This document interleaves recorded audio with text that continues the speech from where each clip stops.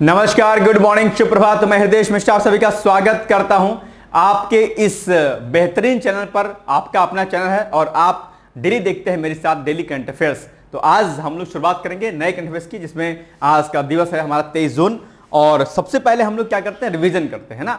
और मैंने कई बार आपसे कहा कि अगर आपको जीवन में सफल होना है तो 3 चीजों पर आपको विशेष फोकस करना है।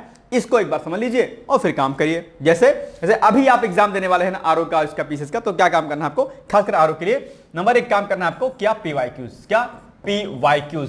दूसरा टेस्ट सीरीज, क्या टेस्ट सीरीज, ठीक है, टेस्ट सीरीज। तीसरा घटना चक्र, जीसी, घटना चक्र। और चौथा आपको इन सभी चीजों का साथ में क्या करना है, रिवीजन, क्या रिवीजन। बस इतना कर लीजिए, आपका काम बन जाएगा। पीवाईक्यूज, टेस्ट सीरीज और रिवीजन, ये तो आपके कोर हैं, इसको करना ही करना है, हमेशा करना है आपको, हमेशा।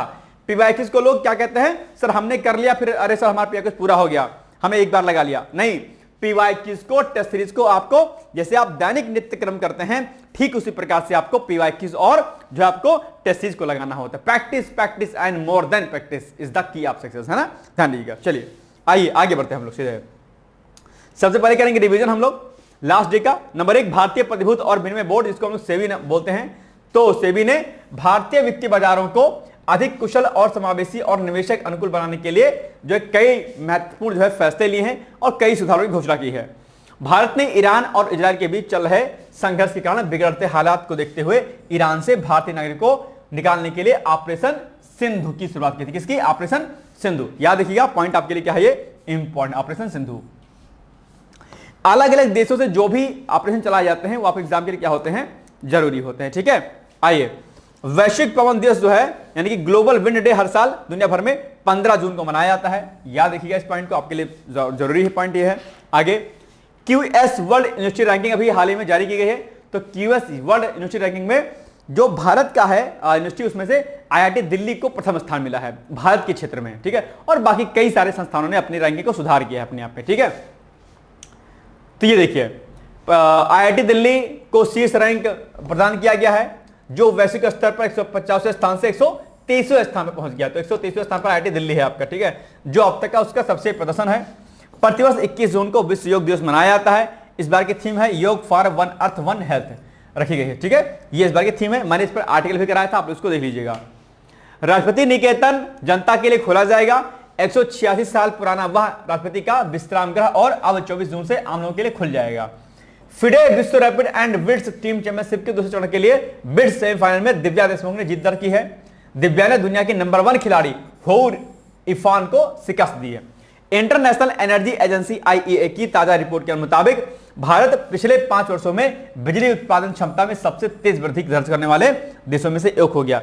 इसके आगे जो है, भारत से आगे सिर्फ जो है चीन और अमेरिका है, मात्र 3rd नंबर पे आपका इंडिया है बिजली उत्पादन में, ठीक है, बड़ी बात है। और इसके लिए सरकार नवीकरणीय ऊर्जा स्रोतों पर खूब फोकस कर रही है ना। तो बस ये पॉइंट आपको याद रखना है, ठीक है। चलिए, लोकसभा के कम से कम कितने सत्र बुलाए जा सकते हैं मिनिमम एक साल में? एक साल में जो भैया आपका 2 बार कम से कम मिनिमम, है ना, 2। अब आपके सामने प्रश्न आ गया, टॉपिक आ गया, भारत SIECA सहयोग के कई क्षेत्रों पर सार्वत्रिक चर्चा अभी हाल ही में हुई है। ये आपके लिए पॉइंट है। तो भारत और सेंट्रल अमेरिकन इंटीग्रेशन सिस्टम ने भारत के अतिरिक्त सचिव कौन, राजेश वैश्रव, कोस्टा रिका के उप प्रधानमंत्री एंडेलेजांद्रो सोलानो और SICA की ओर से अंतरराष्ट्रीय सहयोग निदेशक कौन, कार्मेन मार्केक्विन के नेतृत्व में एक वर्चुअल जो है वार्ता भी हाल ही में संपन्न हुई है, वानी की वर्चुअल वार्ता की गई है, ठीक है। वार्ता के दौरान भारत SICA सहयोग के कई क्षेत्रों पर सार्थक जो है चर्चा या सार्थक बातचीत जो है हुई है इनके मध्य में, ठीक है। आइए, भारत की ओर से जो है अपर सचिव कौन है, राजेश वैश्रव, अपर सचिव राजीव वैश्रव और कोस्टा रिका के उप प्रधानमंत्री एलाजांद्रो, ठीक है, मैंने आपको बता ही दिया। तो इनके नेतृत्व में 18 जून को जो है ये बैठक आपकी वर्चुअली संपन्न हुई है। ये 2 बार हो गया, लेकिन चलो कोई बात नहीं, ठीक है। अब आपके सामने प्रश्न है कि बताओ, हाल ही में भारत और सेंट्रल अमेरिकन इंटीग्रेशन सिस्टम के बीच हुई वर्चुअल वार्ता में भारत की ओर से किसने प्रतिनिधित्व किया? तो अभी हमने आपको बताया था, अपर सचिव कौन, राजेश वैश्रव, है ना। ये तो होंगे, देखो ये देखो लिखा हुआ है ना। तो बस यानी कि आपका सी इज द राइट आंसर। क्या हो जाएगा? सी इज द राइट आंसर। बहुउद्देशीय stealth frigate INS Tegh Mauritius के पोर्ट लुइस में दक्षिण पश्चिम हिंद महासागर क्षेत्र में अपनी परिचालन तैनाती पर है। ठीक है, ये पॉइंट आपको याद रखना है और ये इंपॉर्टेंट फैक्टर भी आपके एग्जाम के लिए है ना, कई चीजें आपकी जानकारी जरूरी होती हैं।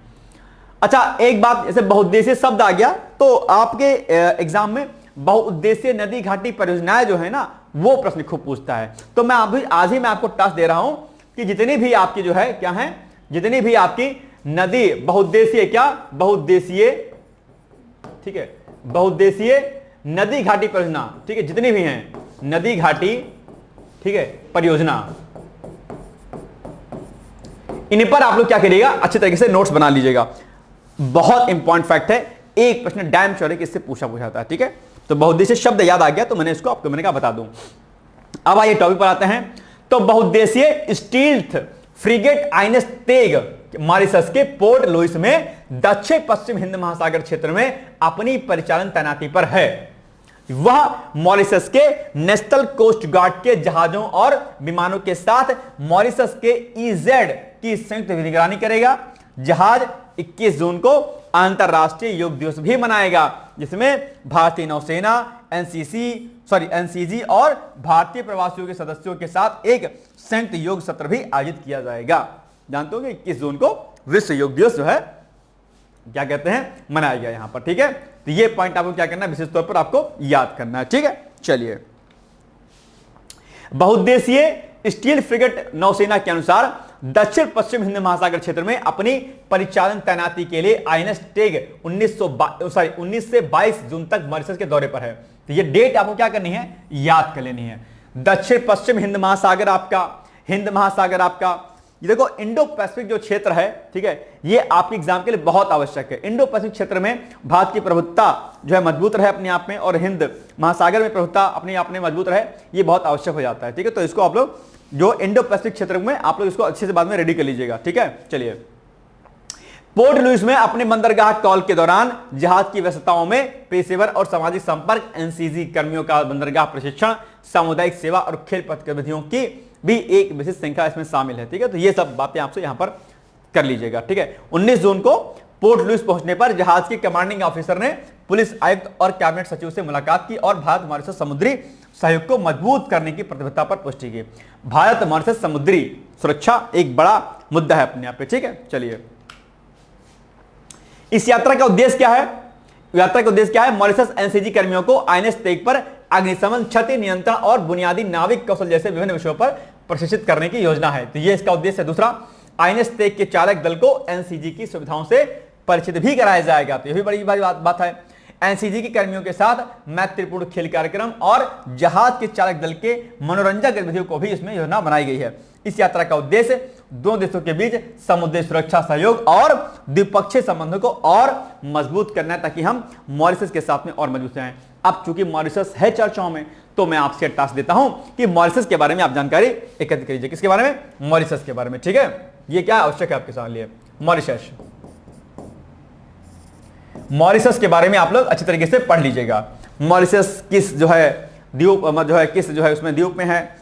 मॉरिशस के PM क्या ना है, PM कौन है, और वहां पर कौन कौन से अन्य चीजें फेमस हैं, कौन से पर्वत पहाड़ हैं, कौन सी नदियां हैं।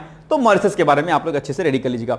मॉरिशस की अंतर्राष्ट्रीय सीमाएं किन किन देशों से के साथ लगती हैं, ये सारे फैक्ट आपको याद कर लेना। मैप में आप इसको देख लीजिएगा एक बार, है ना। चलिए, बाकी कुछ पॉइंट यहां पर और लिखे, अब इसको पढ़ लीजिएगा। ठीक है, चलिए। INS तेग किस क्षेत्र में अपनी परिचालन तैनाती के लिए मॉरिशस पहुंचा है? सिंपल सी बात है, अभी हमने आपको बताया, दक्षिण पश्चिम हिंद महासागर। दक्षिण पश्चिम हिंद महासागर की इंपॉर्टेंस क्या है, ये आप लोग एक बार अच्छे तरीके से क्या करिएगा, पढ़ लीजिएगा। भारत के परिप्रेक्ष्य में दक्षिण पश्चिम हिंद महासागर भारत के लिए कितना महत्वपूर्ण है, ये आप लोग इसको रेडी करिएगा। टास्क आपका मेंस का, पीसीएस मेंस के लिए आप इसको रेडी कर लीजिएगा। ठीक है, आइए।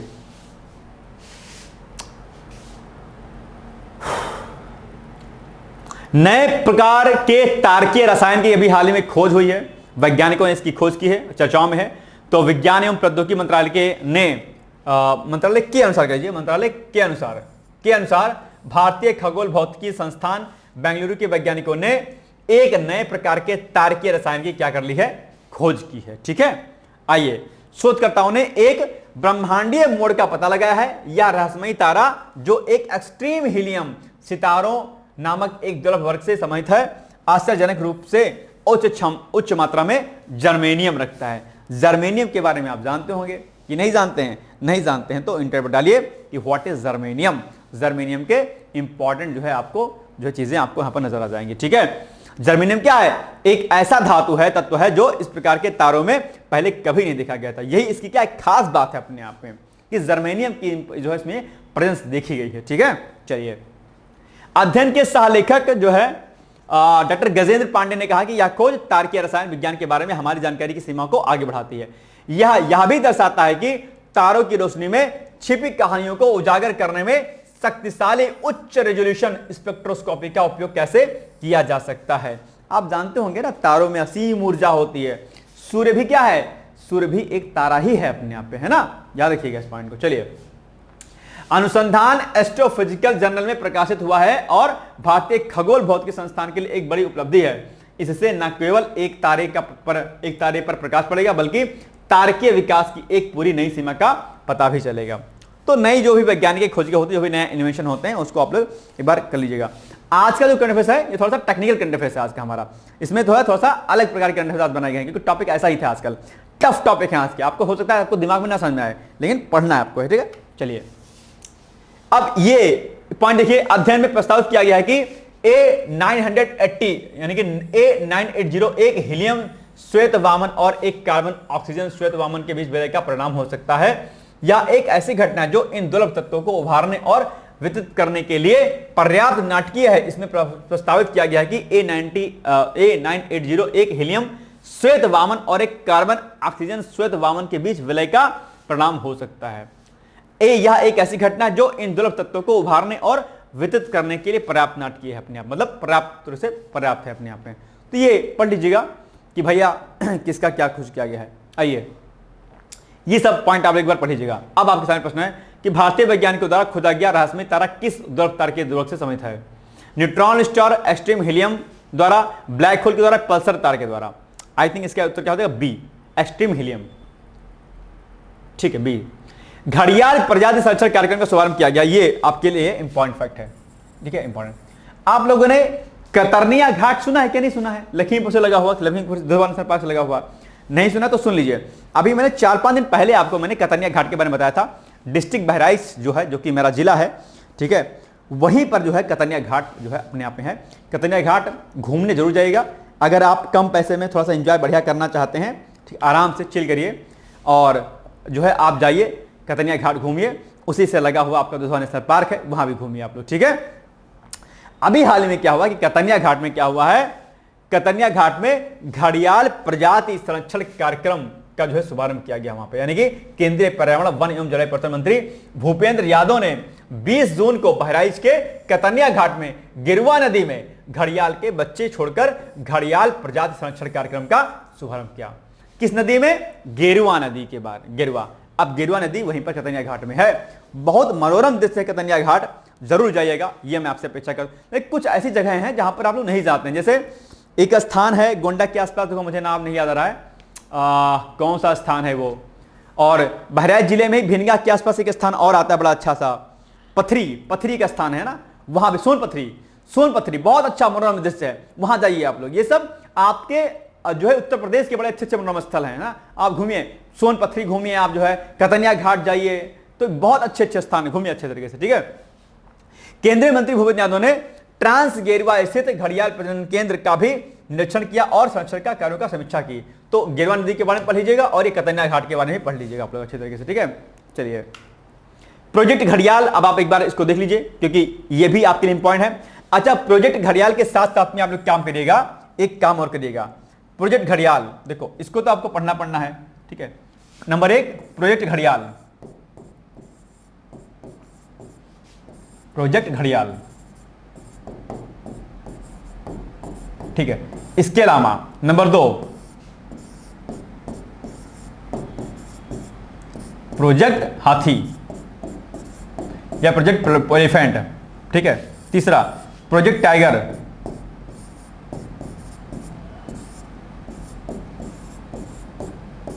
ठीक है, प्रोजेक्ट टाइगर, प्रोजेक्ट कछुआ, प्रोजेक्ट कछुआ, ठीक है। चौथा प्रोजेक्ट हंगुल,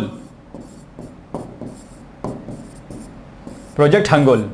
ये सारे चीजें आपको जो है क्या करनी है, तैयार करनी है। यानी कि जितने महत्वपूर्ण जो आपके प्रोजेक्ट हैं, project elephant, project tiger, project crocodile, project hangul, project जो है कछुआ, ये सब आप पढ़ लीजिएगा। एक दो शायद आई थिंक और छूट रहा है, लेकिन ये इंपॉर्टेंट है आपके लिए। ये 1 2 3 4 और 5, ये 5 प्रोजेक्ट आपको तैयार करना है। ये आपका क्या है, होमवर्क है। क्या है, होमवर्क है आपका, टास्क है आपका। टास्क वाली एक कॉपी आप लोग बनाएंगे, नहीं बनाए हैं? HW की एक कॉपी आपको अलग से बनानी है। मुझे लगता है शायद आपने बनाई होगी, नहीं बनाई होगी भैया, तो इसको क्या करिएगा आप लोग, प्लीज बना लीजिएगा। क्या प्रोजेक्ट जो है मतलब सॉरी, ये होमवर्क के लिए यानी कि टास्क के लिए कॉपी आप लोग को अलग बनानी है। और इसके अलावा एक कॉपी आपको और बनानी है ब्लैंक पेपर की, जिसमें आप लोग पीसीएस के मुख्य परीक्षा का उत्तर लेखन करते हैं, निबंध का उत्तर लेखन करते हैं, जो कि मैं आपको लास्ट में देता हूं लिखने के लिए। ठीक है, चलिए ये आपको क्या करना, पढ़ लेना है। आइए अब प्रोजेक्ट घड़ियाल के बारे में थोड़ा जानकारी हम लोग ले लेते हैं। प्रोजेक्ट घड़ियाल भारत सरकार द्वारा शुरू किया गया एक महत्वपूर्ण संरक्षण कार्यक्रम है, जिसका उद्देश्य घड़ियाल की घटती जनसंख्या को बचाना और उनके प्राकृतिक आवासों की क्या करना है, रक्षा करना है। यह प्रोजेक्ट मुख्यतः नदियों में रहने वाले इस विलुप्त प्राय सरीसृप रक्षा के लिए शुरू किया गया है। सरीसृप जिसको हम लोग क्या बोलते हैं, रेप्टाइल्स बोलते हैं। रेप्टाइल्स में क्या होते हैं, जो रेंगने वाले जंतु होते हैं, उसमें वो रेप्टाइल्स में आते से आपका अर्थवर्म यानी कि कछुआ हो गया, सॉरी केंचुआ हो गया, आपका सांप हो गए आपके, ये सब क्या है, रेप्टाइल्स होते हैं। यानी कि जो रेंगने वाले होते हैं वो क्या होते हैं, आपके जो है रेप्टाइल्स में आते हैं। एविज, एविज में आपके बर्ड्स आती हैं, पक्षी आती हैं, है ना, पता नहीं पता है, ये सब बातें आपको जानकारी होनी चाहिए। आर्थ्रोपोडा जो आपके जो है आर्थ्रोपोडा में क्या आता है, बताइएगा मुझे जरा। कई बार ये पूछता है कि रेप्टाइल्स क्या होते हैं, एविज क्या होती हैं, आर्थ्रोपोडा क्या होता है, याद कर लेना भाई साहब, मैं ऐसे ही नहीं बोल रहा मैं इसको, ठीक है। ये बायो में पूछा जाता है आपके। अब बताओ आर्थ्रोपोडा में कौन से जंतु आते हैं, बहुत कॉमन है, बहुत ही कॉमन है, 9th क्लास में पढ़े होगे आप। आर्थ्रोपोडा में क्या आते हैं, कौन से जंतु आते हैं, बताइएगा मुझे। चलिए फैक्ट कुछ और पढ़ लेते हैं। शुरुआत इसकी कब हुई थी, 1975-76 में। आरंभ वन्यजीव संरक्षण अधिनियम 1972 के अंतर्गत। वन्यजीव संरक्षण अधिनियम 1972 यानी कि वाइल्ड लाइफ प्रोटेक्शन एक्ट 1972। यह भी प्रश्न आप एग्जाम में पूछाता है कि बताओ वन्यजीव संरक्षण अधिनियम कब पारित किया गया था, तो आप कहेंगे सर 1972 में, यानी कि वाइल्ड लाइफ प्रोटेक्शन एक्ट 1972। और प्रोजेक्ट जो है आपका टाइगर 1973, याद रहेगा। चलिए उद्देश्य क्या है, घड़ियाल की विलुप्त होती प्रजातियों का संरक्षण और पुनर्वास करना। मुख्य स्थान इसका क्या है, मुख्य स्थान इसका चंबल, गंगा, सोन, रामगंगा, महानदी आदि नदियां हैं। प्रगति की स्थिति यह आईयूसीएन की रेड लिस्ट में क्रिटिकली इंडेंजर्ड में आता है। आईयूसीएन जिसको क्या बोलेंगे, international union for conservation of nature and natural resources इसको बोलते हैं, लेकिन हम लोग अलग तरह से बोलते हैं इसको, international union for conservation of nature. ठीक है, तो ये पॉइंट आपको क्या करना, याद रखना है। यह एक घड़ियाल क्या है, यह एक लंबी पतली थूथन वाली मगरमच्छ की प्रजाति है। कौन, यह जो आपका घड़ियाल है, केवल मछलियां खाता है ये, ठीक है, मछली भच्छी है। इसकी नाक के सिरे पर गोल उभार होता है, जिससे इसका नाम घड़ियाल है, ठीक है, इसी वजह से इसका नाम घड़ियाल है। यह केवल भारतीय उपमहाद्वीप में ही पाया जाता है, ठीक है। ये आपको पॉइंट सारे सारे याद कर लेने, ठीक है। ऐसे ही प्रश्न आपको याद करना है। अब आप करंट पढ़ते होते तो खाली आप इसको पढ़ के छोड़ देते, लेकिन नहीं भाई, घड़ियाल चर्चाओं में है तो क्यों ना प्रोजेक्ट घड़ियाल के बारे में जानकारी आपको होनी चाहिए, ठीक है। ये पॉइंट आपको याद रखना है। प्रमुख संरक्षण स्थल कौन कौन से हैं इसके, तो राष्ट्रीय चंबल अभ्यारण्य उत्तर प्रदेश, मध्य प्रदेश, राजस्थान में पाया है। ये सतकोसिया अभ्यारण्य उड़ीसा में, कुनो नदी क्षेत्र मध्य प्रदेश में, सोनघड़ी अभ्यारण्य मध्य प्रदेश में, और अब कतनिया घाट भी इसमें शामिल हो गया अपने आप में, गेरुआ नदी में। क्या, कतनिया घाट उत्तर प्रदेश, कतनिया घाट, कतरनिया घाट, ठीक है। कहां पर है ये, बहराइच में है। बहराइच कहां पर है, श्रावस्ती बलरामपुर गोंडा के बगल में है ना, जानते होंगे आप लोग, लखीमपुर खीरी से सटा हुआ। चलिए अब आप बताइए, निम्नलिखित कथनों पर विचार कीजिए। प्रोजेक्ट घड़ियाल की शुरुआत वन्यजीव संरक्षण अधिनियम 1972 के तहत वर्ष 1985 में की गई थी। आगे बढ़िए। कथन 2, घड़ियाल केवल भारतीय उपमहाद्वीप में पाया जाने वाला एक मछली भच्छी सरीसृप है, ठीक है। घड़ियाल की प्रजाति आईयूसीएन की रेड लिस्ट में कम खतरे वाली यानी कि लिस्ट कंसर्न श्रेणी में सूचीबद्ध है। बताओ कौन सा कथन सही है, बताओ। मुझे लगता है इसमें केवल 2 सही है, केवल दो है कहीं पर, बिल्कुल सही बताइए, यहां पर केवल 2। ये भैया 1972 के कहता है 75 में 76 में शुरू हुआ था ना, ये कहां से हो जाएगा, गलत है ये। और ये क्या है, क्रिटिकली इंडेंजर्ड में आता है, ये जो है इसमें नहीं आता है, तो ये कथन गलत है, ये कथन गलत है, और ये हो जाएगा सही, यानी केवल 2 इज द राइट आंसर, यानी कि B is the right answer, है ना। देखिए बिल्कुल सही बात है, B is the right answer. चलिए, केंद्रीय अप्रत्यक्ष कर और क्या, केंद्रीय अप्रत्यक्ष कर और सीमा शुल्क बोर्ड सीबीआईसी के शीर्ष अधिकारियों का सम्मेलन अभी हाल ही में संपन्न हुआ है। तो वित्त मंत्री कौन है, निर्मला सीतारमण ने नई दिल्ली में, कहां पर, नई दिल्ली में केंद्रीय अप्रत्यक्ष कर और सीमा शुल्क बोर्ड यानी कि सीबीआईसी के शीर्ष अधिकारियों के सम्मेलन की अध्यक्षता अभी हाल ही में की है इन्होंने। ठीक है, ओके, आगे बढ़िए। वित्त मंत्री ने कर चोरी रोकने और इनपुट टैक्स क्रेडिट के फर्जी दावों पर रोक लगाने और आयात में देरी कम करने के प्रयासों के महत्व पर क्या किया, जोर दिया है। भाई आप जानते होंगे टैक्स जो चोरी होती है बहुत भयंकर वाली होती है अपने आप में। आज भी हमारे देश में बहुत सारे ऐसे संभ्रांत लोग हैं जो टैक्स चोरी करते हैं, गलत बात है।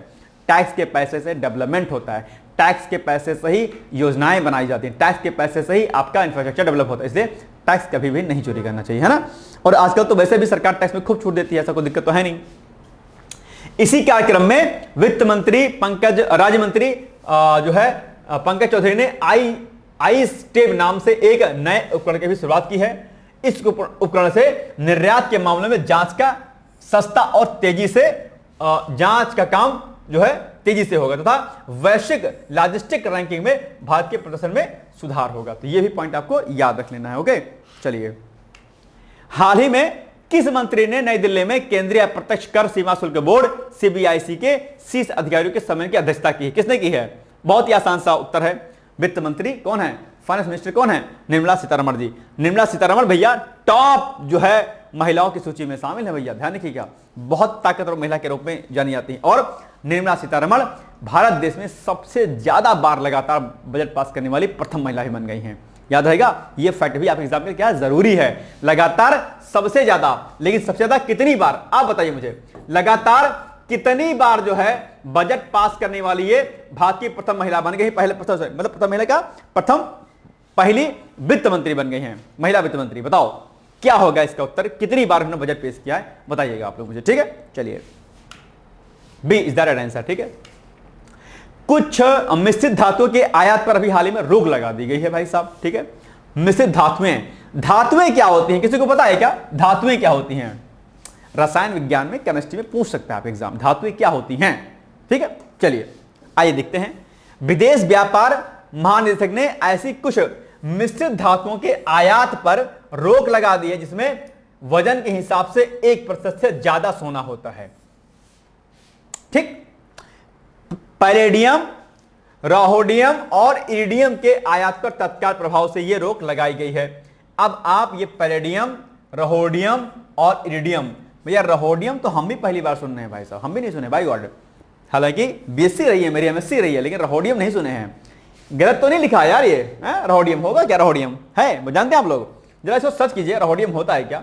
पैलेडियम तो जानते हैं, इरिडियम भी सुना है, लेकिन रोहोडियम नहीं सुना मैंने। पहले केमिस्ट्री भी रही है मेरे पास बीएससी में, एमएससी भी किया है, लेकिन रोहोडियम नहीं सुना हमने। अगर आपने सुना तो मुझे बताइए कि रोहोडियम क्या होता है, एक बार देखते हैं रोहोडियम क्या होता है।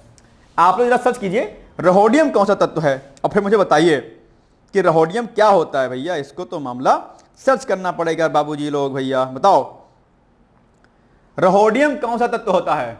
बताओ भाई, रोहोडियम कौन सा तत्व होता है? देखना है जोर कितना बाजुए कातिल में, है ना। रोहोडियम भैया एक रासायनिक तत्व है जिसे हम लोग जो है RH के प्रतीक सिंबल यानी कि परमाणु संख्या 45 है। यह एक दुर्लभ, कीमती और चांदी सफेद रंग का धातु होता है ये रोहोडियम, ठीक है। इसके बारे में पढ़ लीजिएगा, ये तीनों तत्व आपके लिए इंपॉर्टेंट हो जाएंगे। क्या? ये तीनों तत्व। अब इन तत्वों के बारे में आप इसको अच्छे से पढ़िएगा, क्योंकि केमिस्ट्री में आपके प्रश्न पूछ लेगा, ठीक है। परमाणु संख्या इसकी 45 है। तत्व समूह इसका ट्रांजिशन मेंटल है, ये अपने मेटल है अपने आप, ठीक है। घनत्व 12.141 है। चमकीला चांदी सफेद धातु है। आविष्कार विलियम हाइड वोलास्टन ने किया था 1803 में। इसका आविष्कार किसने किया था? विलियम हाइड वोलास्टन ने 1803 में किया था। उपयोग इसका कैटालिटिक कन्वर्टर है अपने आप में। गहने की पहले चढ़ाने में इसका उपयोग किया जाता है। औद्योगिक उत्प्रेरक के रूप में यानी कि कैटालिस्ट के रूप में भी इसका उपयोग करते हैं। और इलेक्ट्रॉनिक संपर्क बिंदु यानी कि इलेक्ट्रिकल कॉन्टैक्ट में भी इसका होता है।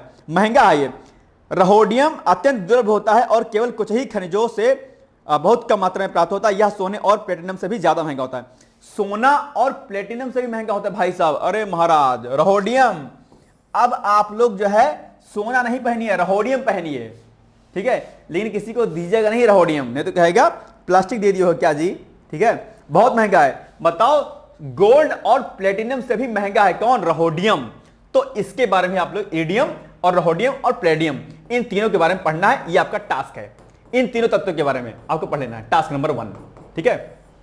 अब देखो, अब जैसे आप कहते हैं कि सारे एग्जाम चेंज हो गया है सर, ऐसा हो गया, वैसा हो गया है, पैटर्न चेंज हो गया है। पैटर्न नहीं चेंज हुआ है, आपके पढ़ने के तरीकों को चेंज करना पड़ेगा। अब जैसे अब आपके एग्जाम में रोहोडियम के बारे में पूछ ले प्रश्न। अब सोचो कि जब मेरी बीएससी एमएससी हुई है, मैंने नहीं सुना रोहोडियम, आप कहां से सुनोगे? नहीं सुने होगे, पक्का है। लेकिन अगर प्रश्न आ गया रोहोडियम के बारे में, अब आप एकदम गोलगप्पा जीवन हो जाएगा आपका। अरे महाराज, रोहोडियम कहां से पूछ लिया जी? है जी, कहां बना रहा है क्वेश्चन? यहीं से तो बना रहा है, चर्चाओं में है, इसलिए बना दिया ना भाई। अब आप इसको अच्छे पढ़ रहेंगे। अच्छा, इतना पढ़ के छोड़ देंगे तो भी नहीं कर पाएंगे। अगर ये तत्व तीनों चर्चाओं में हैं, तो हमारी नैतिक जिम्मेदारी बनती है कि हम इन तीनों तत्वों के बारे में डिटेल्स में पढ़ लें। नहीं पढ़िएगा तो जीवन गुलगप्पा हो जाएगा, क्या कीजिएगा? नहीं कर पाएंगे। ऐसे आपको तैयारी करने है। तो मैं आपको टास्क देता हूं कि इन तीनों तत्वों के बारे में पढ़ लीजिएगा। इसके बारे में थोड़ा सा मैंने आपको बता दिया है, बाकी पैलेडियम और इरिडियम के बारे में पढ़ लीजिएगा, ठीक है। चलिए, अब बताइए, हाल ही में विदेश व्यापार महानिदेशालय ने किन मिश्रित धातुओं के आयात पर तत्काल प्रभाव से रोक लगा दी है? बताओ। तांबा जस्ता टिन, पैलेडियम रोहोडियम इरिडियम, लोहा निकल कोबाल्ट, सिल्वर प्लेटिनम और टंगस्टन। क्या होगा बताओ? बहुत आसान है, जस्ट मैंने बताया आपको, 20 दा राइट आंसर, यानी कि पैलेडियम, रोहोडियम और इरिडियम पर, ठीक। चलिए, विवेक लागू अभी चर्चाओं में है और इंपॉर्टेंट भी है आपके लिए। मराठी और हिंदी फिल्मों के जाने माने अभिनेता निर्देशक हैं अपने आप में ये, और इनका जो है 19 जून को निधन हो गया है। 74 साल के थे, ठीक है। उनका अंतिम संस्कार मुंबई के जो है ओसिवारा शमशान घाट पर किया गया है। श्री विवेक लागू अलग अलग शैलियों और भाषाओं में बने अनेक फिल्म और टेलीविजन कार्यक्रमों का हिस्सा रहे अपने यहाँ पे, और अभी इनका हाल ही में निधन हो गया। जितने भी महत्वपूर्ण व्यक्तित्व रहे, उनका निधन अगर हो गया तो उनके बारे में पढ़ लीजिएगा। उनकी फिल्मों में गोदावरी ने, काय केले, अगली, व्हाट अबाउट सावरकर और 31 दिवस शामिल हैं। आराम से इनकी जो है अच्छी फिल्में हैं ये। वे मराठी थिएटर और टेलीविजन के भी लोकप्रिय कलाकार थे, हालांकि वो हमारे बीच में अभी नहीं है। हाल ही में विवेक लागू का निधन हो गया। वो किस क्षेत्र से जुड़े हुए थे? पत्रकारिता के क्षेत्र से जुड़े थे, विज्ञान के क्षेत्र से, अभिनय और निर्देशक के क्षेत्र से, या फिर खेल से? तो ऐसे प्रश्न खूब पूछता है एग्जाम में, पता होना चाहिए आपको। तो वो अभिनय और निर्देशक के क्षेत्र से संबंधित है, यानी कि सी इज द राइट आंसर, ठीक। चलिए, अब आपका आज आपके लिए प्रश्न है, वैश्विक पवन दिवस कब मनाया जाता है भाई साहब? क्या यानी ग्लोबल विंड डे कब मनाया जाता है? उत्तर दीजिएगा, ज्यादा से ज्यादा दीजिएगा। नहीं आता होगा आपको आंसर तो भी आप सर्च करके दीजिएगा, लेकिन दीजिएगा जरूर, आपके लिए बहुत इंपॉर्टेंट है, ठीक है। चलिए, आइए, अब आपके सामने ये जो है एडवर्टाइजमेंट है। पीसीएस का बैच हम लोग चला रहे हैं, आप जानते होंगे, और ये आपके एग्जाम के लिए बहुत आवश्यक है। आप जो है इसको अच्छे से कर लीजिएगा, क्योंकि यहाँ पर pre plus mains plus interview आपको सब कुछ कराया जाएगा। सारी जानकारी आपको यहाँ पर दी जाएगी। इस कोर्स को लेने के बाद आपको किसी बाहरी नोट्स और किताब को आवश्यकता नहीं पड़ेगी लेने की, ये गारंटी है, ठीक है। आप बस इसको कर लीजिएगा। इसमें प्री का लेक्चर, मेंस का लेक्चर साथ में चलेगा आपका, आपके प्री के पीवाईक्यूज, मेंस के पीवाईक्यूज आपका, ठीक है। इसके अलावा आपको डेली आंसर राइटिंग प्रैक्टिस आपकी, क्विज आपका डेली, सारा चीजें करा दी, personal mentorship, guidance, everything. CCR का पूरा 18 महीने की बैटरी रहेगी आपका, एंड्रॉइड एप्लीकेशन पर चल जाएगा आपका, लैपटॉप पर चल जाएगा आपका, ठीक है। तो आप इसको लीजिए और इस कोर्स के माध्यम से तैयारी को बढ़िया तरीके से करिए। आप 26 में पीसीएस का एग्जाम देना चाहते होंगे, 25 में पीसीएस का एग्जाम देना होगा, या 26 में आपको आरओ का एग्जाम देना होगा, तो आप इस कोर्स को ले सकते हैं। इसी कोर्स के माध्यम से यूपीएससी के 4 पेपर भी आपके क्या हो जाएंगे, कवर हो जाएंगे, ठीक है।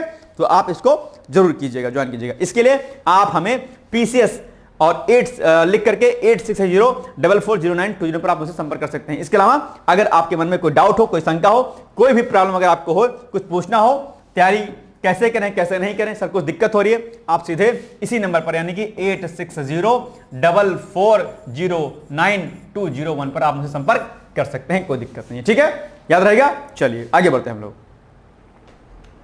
अब आपके सामने एक प्रश्न है, पूर्वोत्तर भाग के प्रमुख त्योहारों पर टिप्पणी लिखिए। यानी कि पूर्वोत्तर भाग के जो प्रमुख त्योहार हैं उन पर आपको नोट्स बनाना है, नोट्स लिखना है, और 125 शब्दों में, ज्यादा नहीं, 125 या 200 में लीजिए, 200 शब्दों में, 200 वर्ड्स में आप उसको लिखिए। आप इसको लिख करके आप मुझे भेज सकते हैं, ठीक है, मैं कॉपी चेक कर दूंगा इसी नंबर पर।